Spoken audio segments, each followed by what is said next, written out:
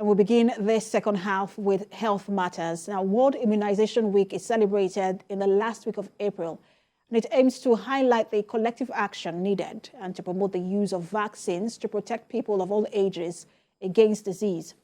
With this year's theme, The Big Catch-Up, WHO is working with partners to support countries across the globe to raise awareness of the value of vaccines and immunization to get back on track to ensure more people are protected from preventable diseases.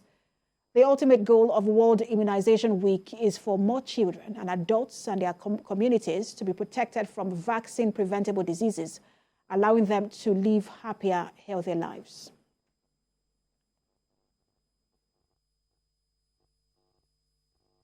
This World Immunization Week, WHO is highlighting the big catch-up, our year-long effort with countries and partners to get immunization back on track.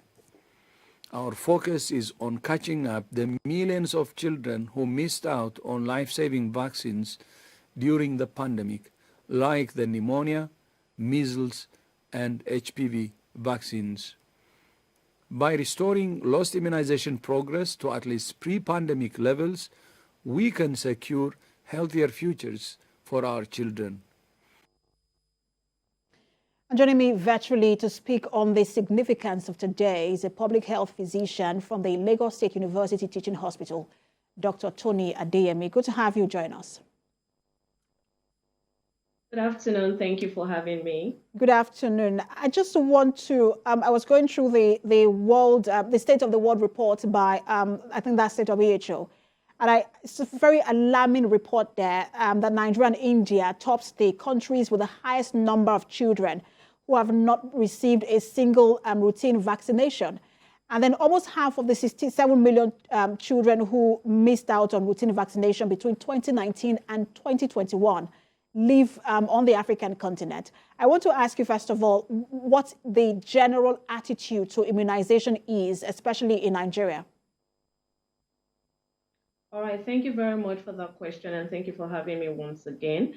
So yes, we've made progress quite all right on our immunization coverage rates, although it's not yet optimum, and then it cannot yet be compared to the world standards that have been set. However, we're making progress in this. There are so many reasons why our immunization coverage rate keeps rising at a very slow pace. For example, crisis in the north that has impeded even the vaccine supply chain to reach hard-to-reach areas and underserved communities. Even around Nigeria, we also still have the issue of vaccine hesitancy, where myths and misconceptions about some of these vaccines have prevented communities and prevented even families from taking their children to receive some of this vaccination. So those are some of the major reasons and things that we're trying to tackle when it comes to our low immunization coverage rates currently in Nigeria. I will also understand that the vaccine confidence is really volatile and at an all-time low, and that's because of a rise in misinformation. How do you suggest we tackle that? Okay, yeah, so vaccine misinformation is something that has always been with us for a very long time. And then we have already identified the role of key opinion leaders. And now we have started to strategize with those people. Advocacy is now reaching out to these key stakeholders in the community, stemming down from the community leaders, even the religious leaders, to try and make them even ambassadors for this message that we're passing across on the safety of these vaccines and the efficacy of some of these vaccines. So we've decided to involve some of these key opinion leaders, and that's a strategy that has worked. It helped during the COVID time when we're trying to launch the COVID vaccine and get the acceptance level to be high in the community. And this strategy we have always been using it right from time. So now it's just time to increase our collaboration, increase our advocacy to these major stakeholders to ensure that the community members, they are aware that these vaccines are safe, they are effective, and then also dispel some of the myths and rumors that surrounding these vaccines. So health education is very important.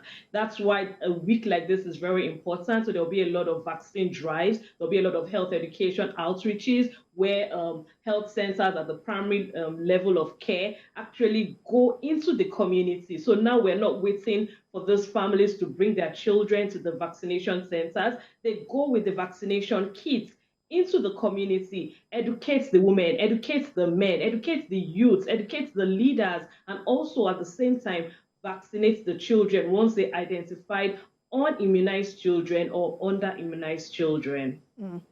And Dr. Tony, let me ask you, because, you know, even with this kind of drive, people going to, and I've seen a lot of immunization officers moving from, you know, street to street, and it's quite commendable. But even with that, we understand that, look, there are still parents who refuse to immunize their children. I just want to ask you, and not just for children, also for adults, the implication of refusing to take necessary vaccination and immunization.